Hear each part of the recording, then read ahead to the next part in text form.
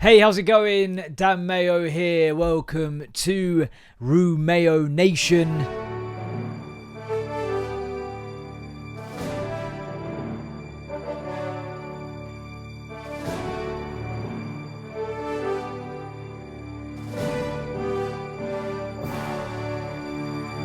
How's it going? How's your week been? It's December. It's happened. It's upon us. Already, as a football pundit out there, don't worry. This is not a football podcast. I don't know what it is really.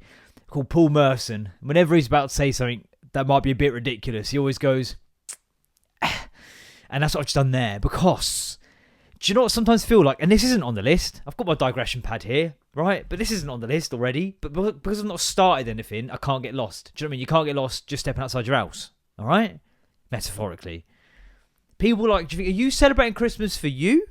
Or are you celebrating Christmas to show everybody else that you're celebrating Christmas? And maybe I'm just a Scrooge. Maybe. But, do you know what it is actually? It's more my inability to consistently give a shit about something for any length of time. And I think if I start too early, then I'll run out. And by the 15th, I'll go, I just don't fucking care. Like, it gets to Christmas Day, I'm so done with it. Can we not have Easter or something? So I think that's what it is. I kind of I delay it. Because at the minute, like I mentioned last week on the episode, I was listening to this podcast on BBC Sounds called Gangster. And I've just realised my monitor, the little visual. You can watch this on YouTube, by the way, if you want to. I put little pictures of the references I'm mentioning and little clips and stuff. It's a hoot. But the screen, this one definitely needs noting down. What was I talking about? Podcast. That's not going to help because I'm recording a podcast right now. But the screen was fully rotated, which meant I was basically looking at myself, not the camera.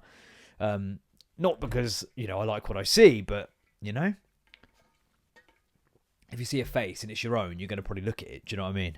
But yeah, I get really intensely into things. So I was listening to that Gangster podcast on BBC Sounds. And I'm so all in now, but I'm already I was on the last one, which was about a guy called Viv Graham, a guy from Newcastle, and I was like, do you know what? I've got one episode to go, and I'm glad I've nailed it because I'm just getting a little bit done with it, and then it's going to be finished. Today, I went to walk the dog, checked out the last episode, went to download it, realised a new season has just released literally today, and I'm like, but I know if I walk away now, I'm never coming back. So I'm going to have to now listen to it, but kind of like a hate listen, where I'm like, oh, right, come on then. And that's normally when I put it up to 2 times speed and have Busta Rhymes rapping it to me. But it's that Livy Haydock. And like I said last week about how I weren't really having her as being authentic. I feel like her voice was just a little bit contrived. I've done a bit of research because I don't want to be ill-informed ever on this show. She's born in Dagenham, and that doesn't really confirm anything. There's nice bits of Dagenham too. I just want to say, straight off the bat as well, I'm not even going to go into it too far now. She's really fucking good. It's a really good listen. I've just done what I always do when it's it's really good, but you can't just only listen to that forever because it will get boring. And that's where I'm at, but then this new season's dropped. And I should have noticed because a little trailer came out a couple of days ago. It's called Daniel and the Lions or something like that. And I was like, oh, okay.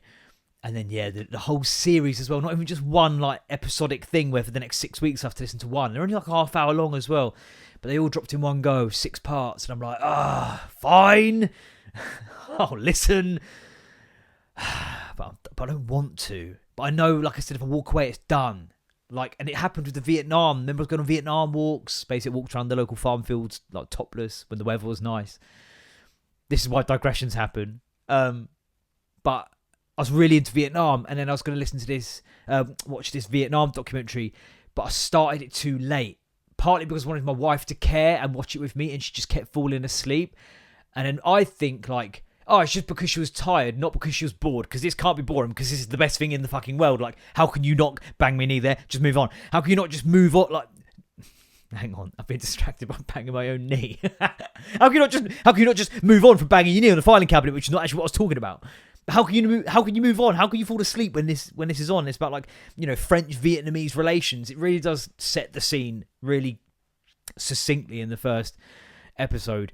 And she falls asleep, and I'm like, she must just be tired. There's no way she doesn't care about this because this is the single most important thing in the world right now. the war from about 60 years ago. 50? But either way, then I just couldn't give a fuck. And I'm annoyed because I had a book called We Were Soldiers, which I believe is Vietnam, and there was that whole documentary that's supposed to be excellent, but I just stopped giving a fuck. So I think that's what I've done with Christmas. I'm there. That's what I've done with Christmas. I delay because I know if I go sort of 2-footed early, by like the 15th, 16th, 17th of December, I won't give a shit. And I'll be so over it. So, but I still think some people like over egg it a little bit. Like where you think, what does your whole process of celebrating this holiday need to be posted onto your Instagram story? Right? Does it all have to be there like it's a fucking documentary of your life? Can you not just enjoy it? And I think part of it as well is bitterness and resentment. Because, like, you know, people go, like, around Halloween, I'm going to watch one spooky film a night for the whole of October. And I'm like, fuck off. No one can do that. Like, nobody can commit to watching a whole film in its entirety. A whole film every evening. Fuck off, mate. Who are you kidding? And it's like, do you know what? No, actually, normal people, probably can. They just, just do it now. And I'm very aware this is a bit like the scene in The Office when David Brent's trying to show you the examples of pornography that's available on the internet. The point is this, yeah? We've got access to the internet, yeah? But it is not censored. Is that a good or bad thing? Bad. Well, it's not for us to say. All I know is I can type in sex fetish, yeah? It takes a little while. 2,230 matches, yeah? Just click on one. So if I put 30 best horror films, right? It's probably about 30 days in the month, in there. I don't know how many days I've got. Well, we've just shared them evenly and I've done with it. So the best 30 horror movies. Like, someone would just do this, click on it. Dutch girls should not be shamed for having big breasts. They should be rewarded, if anything. They should be equal. So, night one. Oh, night one, I'm watching Poltergeist, where a family's home becomes the centre of paranormal activity that opens a doorway to the other side. With help, they must cross over to get their daughter back. And I'm like, okay, cool. How long is it? Hour and 54. I'm done an hour and 25 in. And there's no way I'm watching an American Werewolf in London the next night. No. I'll end up watching fucking a YouTube video about, like, the windiest place in the world, 4.5 minutes, and I'm happy. It's my happy place. But didn't, like, the girl from the Poltergeist, didn't she, like, die quite a horrible death in real life? I remember watching that film. We rented it from Blockbuster back when you used to have to go to an actual shop and hope they had copies of a video you wanted to watch on VHS.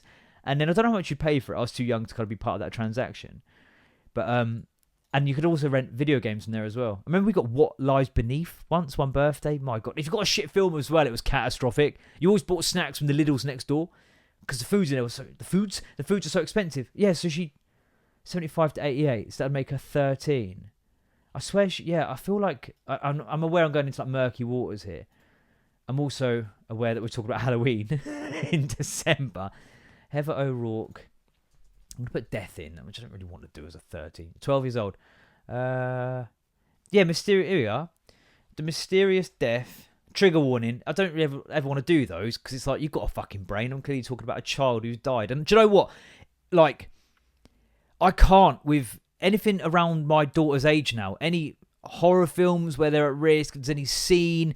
Like, the National Rail just recently released an advert of, like, basically be smart on the platform, don't be an idiot. And there's just a buggy slowly rolling towards a train. It's like a freight train that's going like straight through. And there's no baby in it because she's holding her. It's like a little toddler. And all the bits just get splattered across.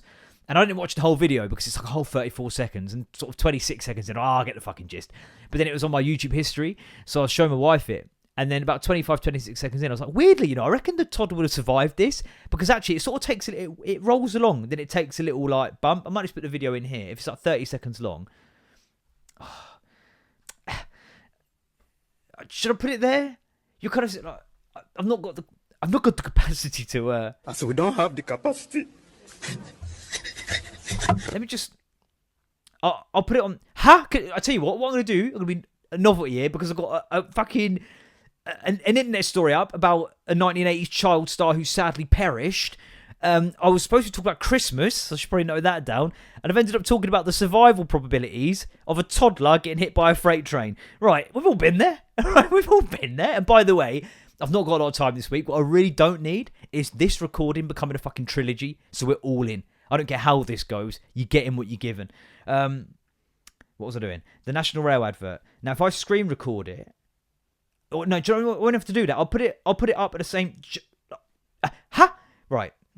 National... It'll be in my history. Oh, come on. This is what your brain does. I saw a video where it's like ADHD paralysis, where you're sort of caught between two ideas and you just sort of do this. And that is what I'm doing right now, psychologically. View all.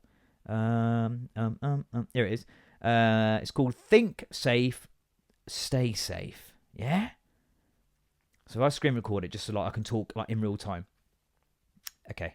So there's a lady, she's carrying her toddler on her hip, and then there's the toddler's buggy. And this is all going to be going on here, by the way. Train starts coming through really quick. And like this is the bit I'd watched the first time round. And I was like, oh, Jesus Christ. And then, happy birthday, by the way, for this month in advance. See, the trolley starts rolling, the buggy, and I think, oh, shit. Then I realise she's holding the kid, and I'd never put this on. But at that point, I thought, it took a little bump. But then, this bit follows along and just drags the rest of it along. So about 20 seconds in, if I get full, like, Jamie Carragher about it, I'm saying to him, I reckon the toddler probably survives strangely, because if we just pause it, right? I think a split second earlier, that whole red carriage is taking the baby to Mexico, wherever that train's going. But it actually just sort of bops it along and sort of skids it kind of back onto the platform. Listen, she's not getting away without a graze or two, but I think generally should be okay. But then it carries on rolling on and it catches the buggy and just, and it's not funny, obviously, if that was to really happen. But like, even then, I wouldn't fully admit that I was wrong. Let me just stop that screen record there. I was like, well, I reckon actually she probably would have like slid and then rolled a little bit. What sort of would have like stopped, dropped and rolled? That reminds me as well, like when my mum used to say this, she says some like weird shit. Like whenever she says, oh, don't you hate it when you see like one shoe on the road? You have to wonder what happened to the person. I'm like, no. More than likely a toddler has just taken their shoe off and thrown it out the fucking window, mum. All right. But anyway, where were we? Heather O'Rourke. Okay. The classic became known as Hollywood's most cursed film following the untimely death of a 12-year-old actress. Not only is Steven Spielberg's Poltergeist regarded as one of the most terrifying horror films of all time, it's also known as the most cursed film in Hollywood. Don't you hate it when stories on the internet just say the same thing 4 times? Shrouded in superstition following a handful of mysterious cast deaths. Whoa. Mysterious cast deaths. The 1982 film. Its grim history has followed it through the decades, even casting fear over the critically reviled 2015 remake. Yeah, what actually happened to her? Can we get to the... What actually happened to the fucking poor girl? Actress Dominique Young, who made her film debut in Poltergeist as the elder sister of Carol Ann, died a violent death. She was strangled by her boyfriend. That's pretty horrible. Let's not go into that. According to put on life support. Yeah, okay, fine. Yeah, but where's the... What happened to... There we go. It was the unexpected nature of Heather O'Rourke's death, which led many to believe the poltergeist curse was real, known for adorable blue-eyed angelic looks and her creepy delivery of the line, "They're here." I remember that. I remember that line. In the first film of the series, it was largely O'Rourke's chilling performance that made the film iconic. At 12 years old, she passed away suddenly. She died in surgery when doctors attempted to repair an acute bowel obstruction. Okay, so she had Crohn's... Okay, right, so... I don't think there's mystery there. We've got the answer. She had Crohn's, the poor thing. How the curse affected... So yeah, okay, I think it's not just her, though. There's others. Julian Beck, the most intimidating spirit, Doomsday cult leader Kane, who died next. Was played by Kane in Poltergeist 2. Did not live to see the release of the sequel. Okay, he died of stomach cancer. This is dark, isn't it?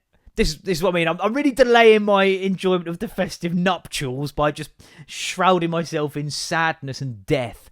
Will Sampson, the third in the spooky string of deaths associated with the film, was a man who betrayed a friendly ghost named Taylor. Everyone said Casper in their head then. I'm not alone. In the second Poltergeist film, Will Sampson, he died on the 3rd of June after an illness caused by a chronic degenerative condition. Yeah, so again, I'm sorry, if it's like they all died in sort of Final Destination-esque fucking ways. Do you mean like, oh, he was using a stapler in an office job because the acting career didn't really kick on from the 3rd film. And then that actually, the staple pinged up, went in the coffee machine, which then set the temperature off in the thermostat, which then exploded the glass on the coffee pot, which then leaked coffee into the keyboard attached to the computer he was working on. Then he got electrocuted, and then he did a sort of body pop jig to the toilet, fell in, and then drowned in the bog bowl. You'd go, ooh, spooky. But they've all just died of illnesses. That just happens. They all just happen to have been in the film. I reckon a lot of films released in 1982, some of the people involved have subsequently gone on to die from illnesses. Ooh. Like even fucking Turner and Hooch, probably. Is that film cursed? Definitely not.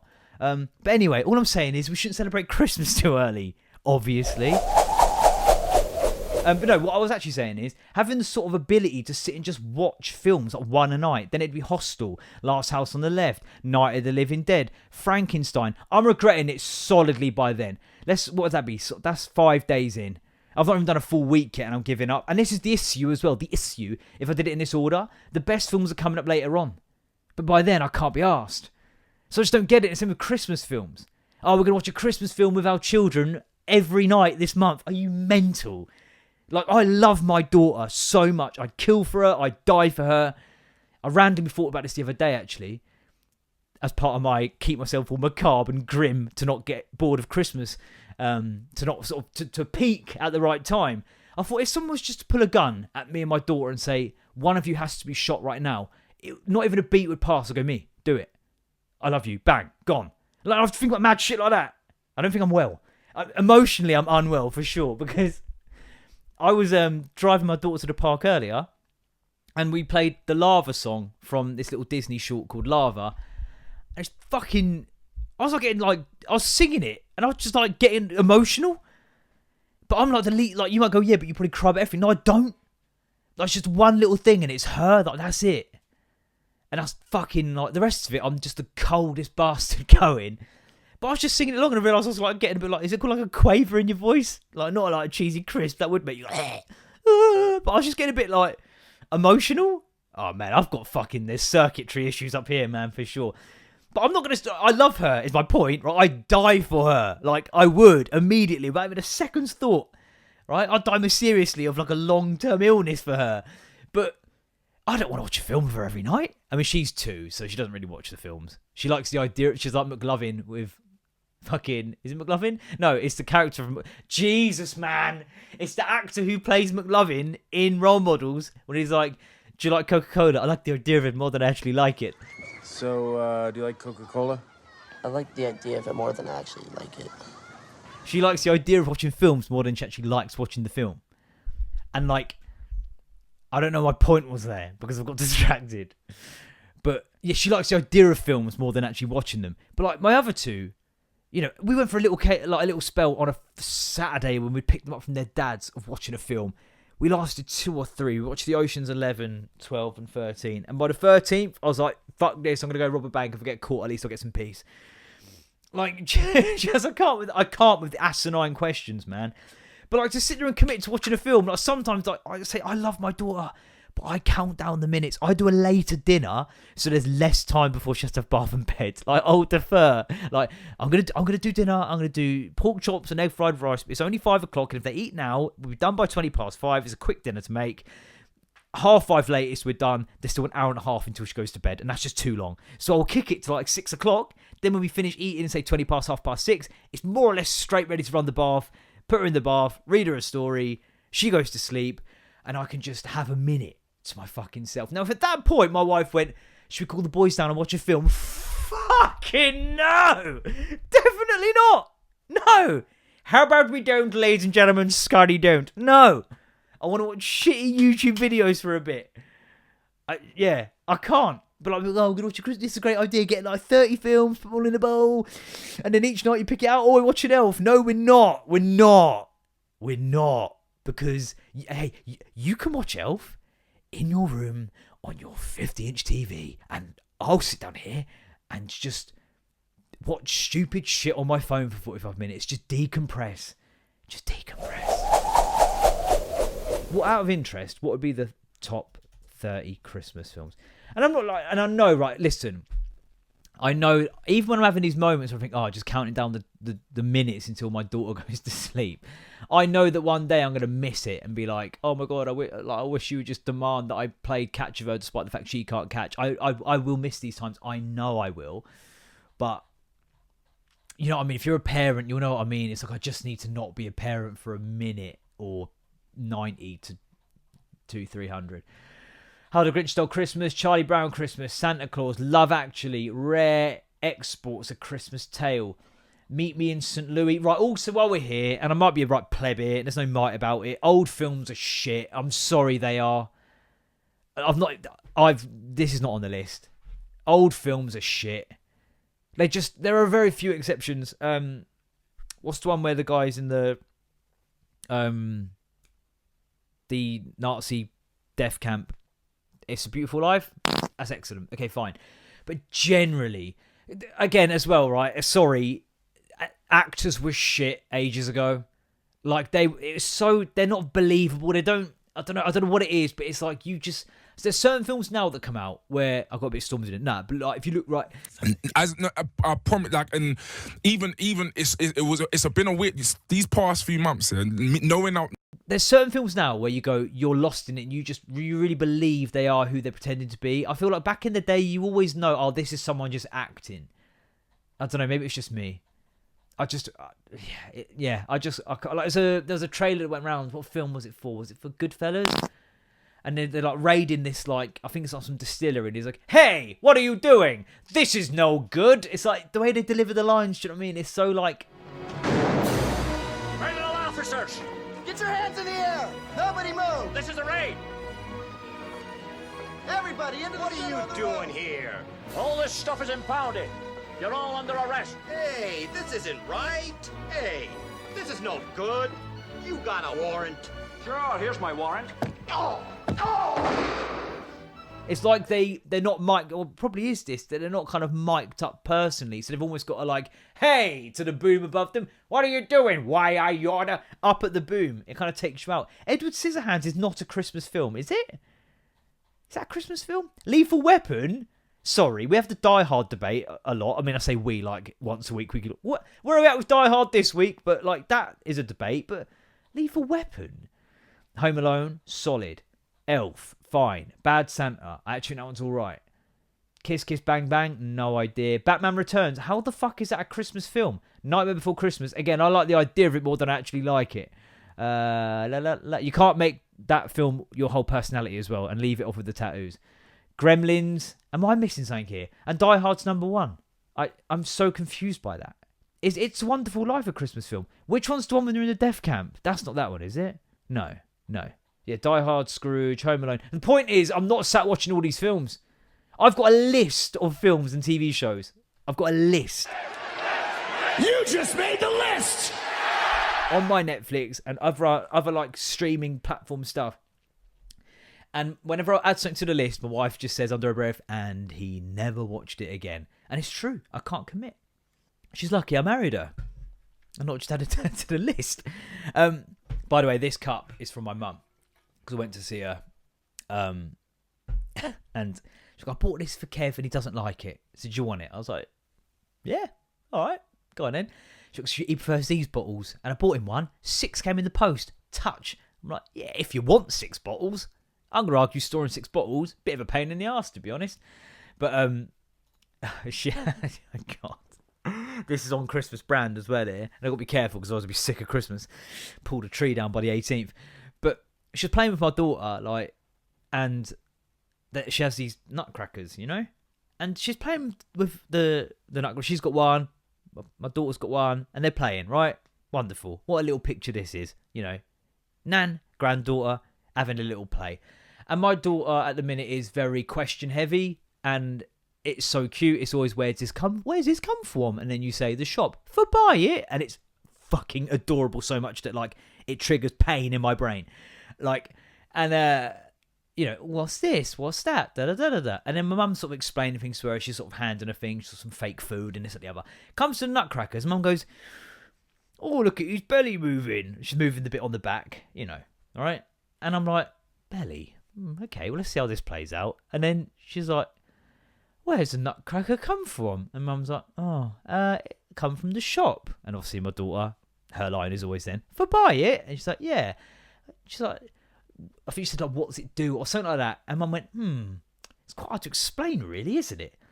And I'm sitting there thinking, Where's the guys now are prepared to put their neck on the line to say, I'm going to point your finger at you, you, and you, and you're sitting there thinking, well, you know, we kind of expected it in a way. And you're sitting there thinking, he played brilliant at Arsenal that night. And you're sitting there thinking, that was as if, they looked as if they were all subs. And I'm sitting there thinking, if that was Gareth Barry. So I'm sitting there thinking myself, this is a clever man. He's sitting there thinking, if, and you're sitting there thinking, yeah, that's true. And I'm sitting there thinking, where is Ryan Giggs? Not really, no. And my mum went, it's just a special Christmas soldier. And I'm like, and she looks at me kind of like for support in that moment. I'm like, well, it's not that hard to explain, Mum. She's like, what do you mean? I was like, it's a nutcracker. It cracks nuts. And she's like, you know, when you notice that bit where, like, you know, in Stone Cold, the glass just goes whoosh and smashes. And she's like, that's it? I'm like, yeah, you put a nut in there. I wouldn't do it in that one. I think that's quite ornamental. Like, I don't think that's going to work. But yeah, the idea is you put it in there and crack the nutcracker. And I think it's one of the ones where she's like 55 now, I think. You know, and like it's taking you that long and you go, oh my fucking God, it's so obvious. But where the fuck was my brain the whole time? She's like, oh yeah. And she's like pissed about it then on her own. You can tell she's gone into like the age you are when you learn shit like that because she's just playing with it. And then she goes, oh, that's his mouth, isn't it? I'm like, ding, ding, ding. What do we have for Johnny? Yeah, that's the mouth, Mum. I did think it was weird when you said his tummy was moving. She just kept laughing to herself about that. It happens, though. She's taught me things. Sometimes she's done the opposite. Like, I thought that bran flakes, you know, like bran flakes were called brown flakes because my mum is a Cockney, so she says bran, and they are brown. So I thought they're called brown flakes until I was like, I don't know, 16, 17. 18, 19 maybe. I was at uni, I think. I thought my girlfriend at the time was taking the piss. She was from Plymouth. She's like, I don't know if I fancy some bran flakes, weirdly. I'm like, sorry, some bran flakes. What are you saying that? What are you saying that like that for? Like, you're supposed to be Plymouvian. She didn't have like the full like, ooh, our ambrosia, but she's like, bran flakes, Dan. I'm like, yeah. She's like, and she shook them at me. I've never looked at them. So it's never gone to me, oh, I'll tell you what I want. I'll tell you what I fancy. Some fucking dehydrated leaves with some milk on it, please. Yeah, they're called bran flakes, apparently. Bran's a thing, not a colour. I've not even had my Pro Plus, by the way, and this is coming up. They're in my wife's car. Brum, brum. Get out my car! Oh. So I had to have a can of Pepsi instead, just like in a syringe and, you know, get mine right in there. The fact that I've gone so around the houses and not even like spoke about anything I was going to say is absolutely ridiculous, and we're 25 minutes in. And do you know what's funny? I thought on this occasion I was going to run out of things to say. Okay, right. Yeah, we've got Christmas. That's all sorted. Oh my God, my daughter. She's got this thing at the minute. Now, listen, I'm going to be honest, as I always am on this show. I've said about before, I struggle to regulate my emotions, right? I cry at lava. I scream and shout about the most innocuous shit as well. I struggle to regulate my emotions. Sometimes it all gets on top a little bit and I feel really strong emotions and I have to like, right? So I'll do it every now and then. And it's not just me that she's done this to, but now my daughter has started saying, take in a deep breath and let it go. And does that feel better?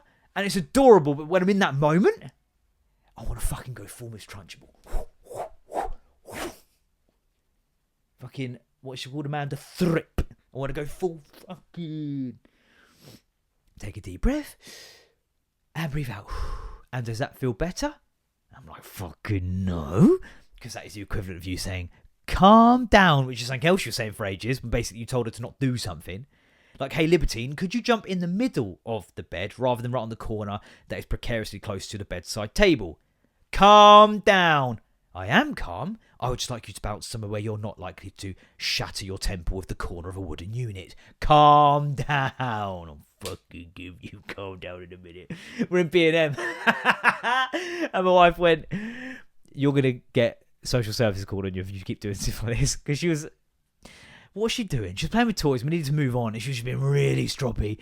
So I started shadow boxing behind her, like giving it that. And then my wife was like, if people see you doing this, they're going to call social services. And I actually refute that. No, they're not. If they've got a kid, they're going to go, I get it.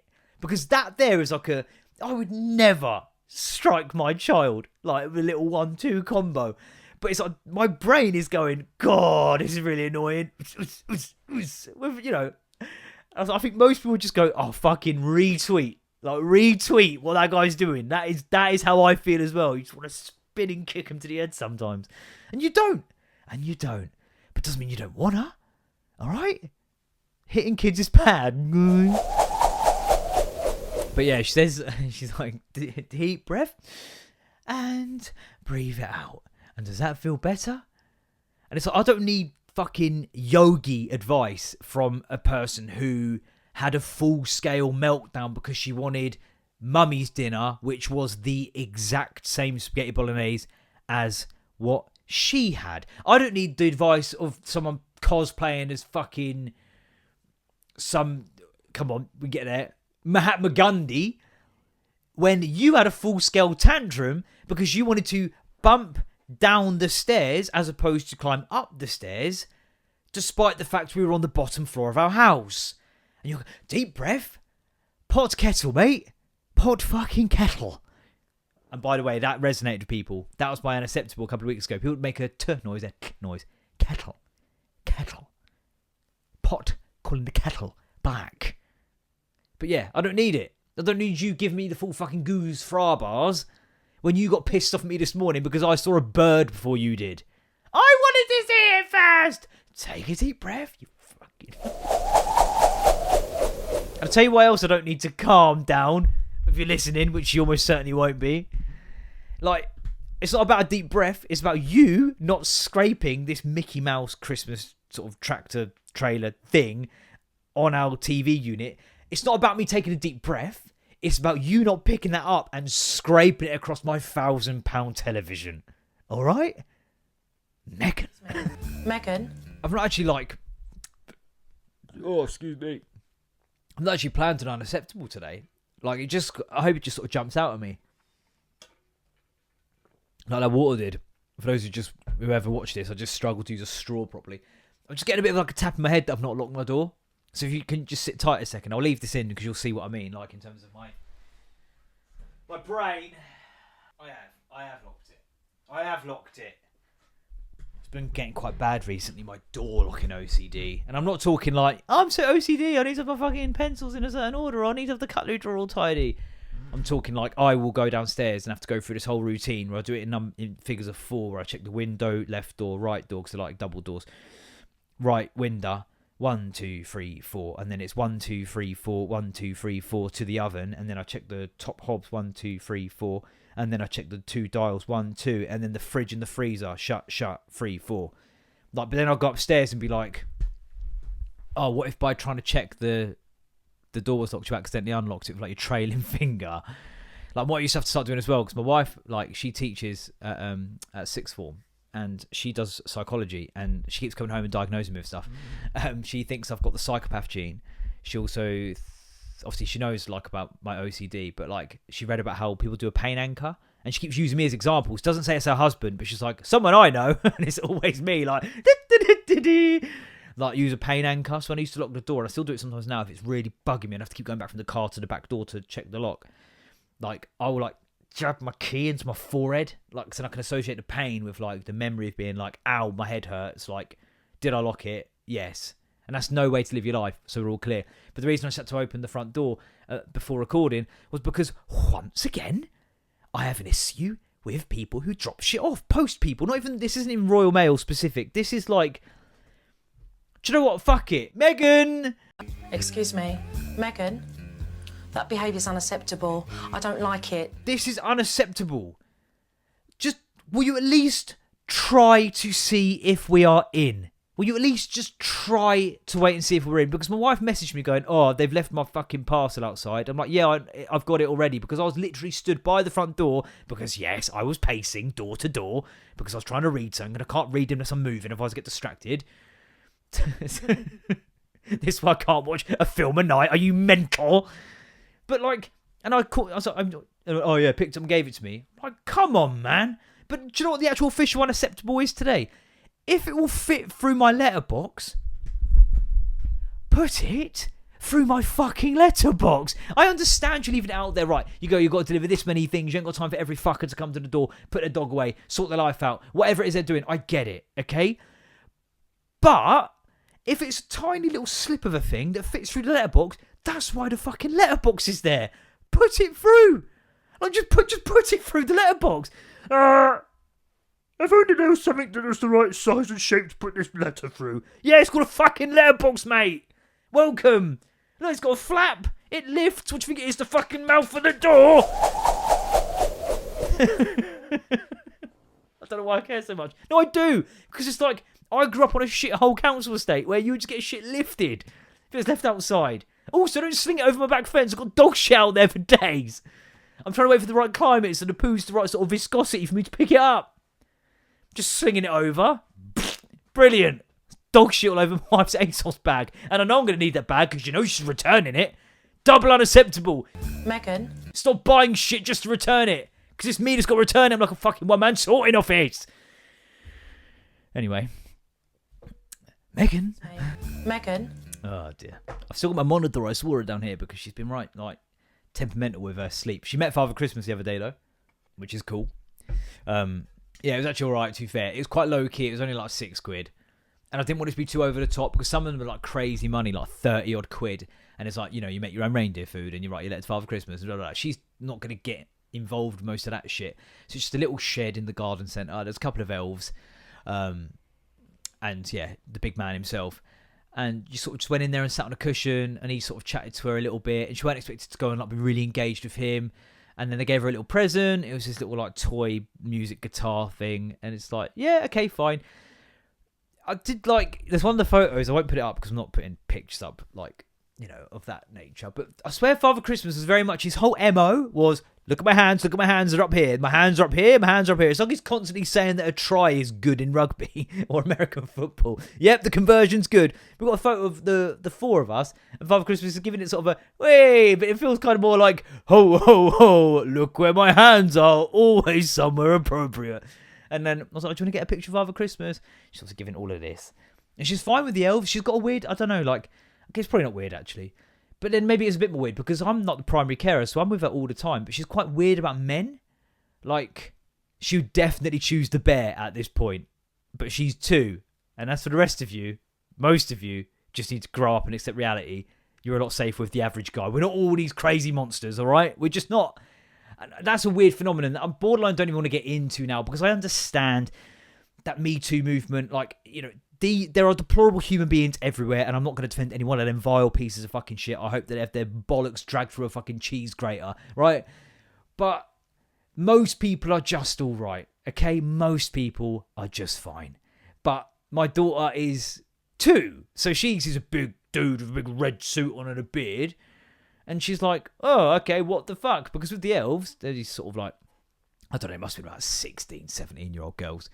And she's just chatting away to them, and it's adorable, and they're really good with her as well. But it's like, oh, did you get a little photo of Father Christmas? And I thought, like, the generic, the cliche, like, you know, plop on the lap, meltdown photo that you see so often on the internet. But he was like, yeah, if you come here, and then she can sit on your knee. So I had to almost kind of be there like a plinth for her to sit on. I'm guessing they're not allowed to have the kids sit on his lap and stuff. And I'm sure it's all for, like, you know, safeguarding. And I completely get that. I'm sure the guy had to have been DBS, like, checked and cleared, like, of course. But I did kind of think it's the same thing. I think I spoke about it, like, a little while back now about, like, the whole, like, you know, looking to maybe walk some dogs to earn a bit of money. Do you have all the correct insurances? It's like, can we all just fucking relax a little bit? I understand these are vulnerable children, but I'm not leaving her with him. Like, we're there. Like, I just find it quite, I guess it's that I find it quite sad that we're at a point in the world now where they have to be so fucking like, look at my hands, like, not definitely not groping all these small children. Like, I just want to assume that Father Christmas isn't going to be groping my daughter. Do you know what I mean? That's a weird sentence to say out loud. And I think that's probably possibly what it is with the bear thing as well. Oh, I would choose the bear. Like, fundamentally, you wouldn't, despite, you know, unless you've watched my recent podcasts where I told you how to survive based on the colour of the bear. And not in a racist way. But yeah, she loved it. She had a really good time. Very short as well. Not too like, no, we must stay here. We paid for the hour. She's in there for a few minutes. And yeah, she loved it. It was, and she hasn't shut up about it since, which is always what it's about as a parent. Sometimes you're like, oh, I can't be fucking arsed. But when you get home and it's, and I saw Father Christmas and da-da-da-da-da, you realise it matters so much to them. It's just, you know, it's 10 minutes out of your day, but for them, it's the fucking world. Like, we're rolling a ball back and forward. Or in fact, it was her vet. Like, she's a little vet car. And she was just pushing it. And then I was walking, again, pacing, because I was trying to, like, read something. And I was just sliding it back to her. And then she'd roll it back to me when I was walking to the door. I'd come back and roll it back to her. And she's just like, Daddy, we're playing a game. I love playing games. And you think, Jesus Christ. Like, this for me is just like nudging this little like vet, like travel ambulance car thing. For her, it's just the best thing in the fucking world. So, yeah. But equally, like, I'm not going to watch a film with you every night. All right? I shouldn't have to do my own filing. Do you know what? I'm going to not wrap it up because we're going to go into... I had a bit about, like, my boys have once again acted like they're in, like, an old people's home, talking to them. But I'm going to save that for next week because there's quite a lot there, and about my mate's kid who asked for £20 to take a girl on a date. He's in year 7. 20 fucking quid, mate. So that's a little teaser for next week. We'll get into that. Spotted. There was a post one. It's here. Hang on, because I saw this and I thought, fuck me, if that doesn't sum it up. And around Christmas as well, it gets worse, isn't it? Because they employ just a load of people where they're like, we just whatever. Like, can you walk in a straight line and can you put things near a door? If the answer is yes to both of those questions, then you're in.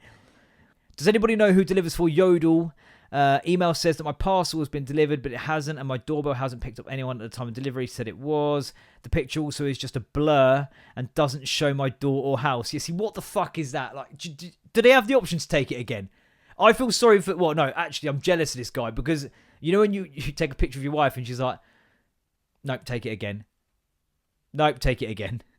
Nope, take it again. Right, why don't I stand on the other side of you? It's like, oh my God, this guy's like, you're getting what you're fucking given. But I'm just a black and white blur. Yep. See ya. I'm off to the next one. I'm off to the next wife.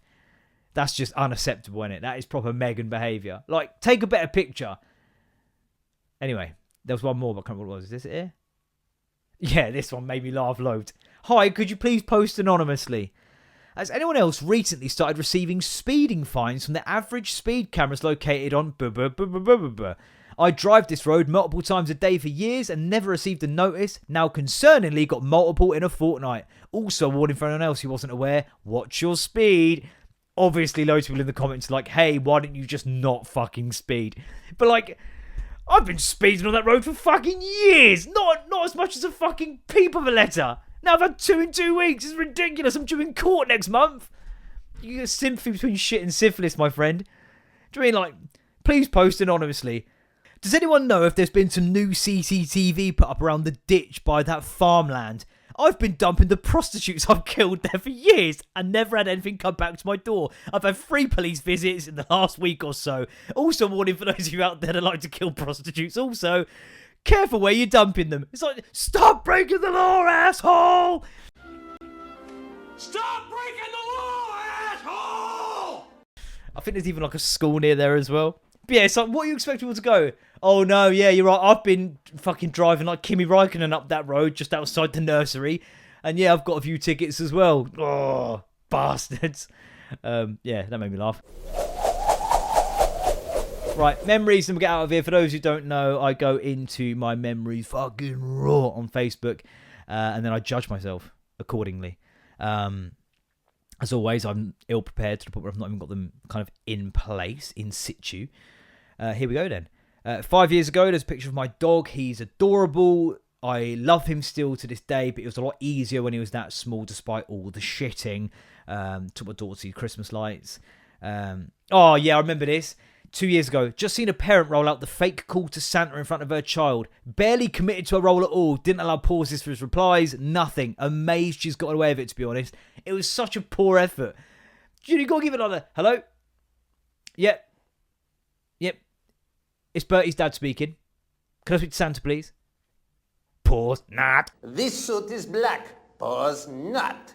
But like, she was just, yep, he's been all right. Yep, brilliant. I'll let him know. Yep, absolutely. Yep, no presents for him. Okay, but like, you think, Father Christmas is leaving you on red. The relationship's broken down. It was just a poor effort all round. I'm not saying go full method actor, do you know what I mean? Where you're like, yes, please, I'll hold. God, don't you hate hold music? Okay, no, what is it? It's Auld Lang Syne, which is actually premature, because obviously it's not even Christmas yet. Like, I'm not expecting you to go all the way in, do you know what I mean? But a bit more effort. Don't know why I'm still holding the phone to my ear then. I was talking to Santa, actually, if you must know. Right, anyway. Oh, I got more context for the dog post. He constantly bites me. He shits everywhere. We have to stand in the cold every 10 minutes together. He has me up at an ungodly hour, but for obvious reasons, I can't stay mad at him. The fucking adorable little bastard. And he is adorable. And do you know what stopped him getting us up at an ungodly hour? Well, one, going out for the toilet after 10 minutes, like every 10 minutes. He's just bigger now. But just eventually, we just let him sleep in our bed. Because he used to go down. He used to go to the stairgate at the bottom of the stairs and go. And staffy owners will know this noise.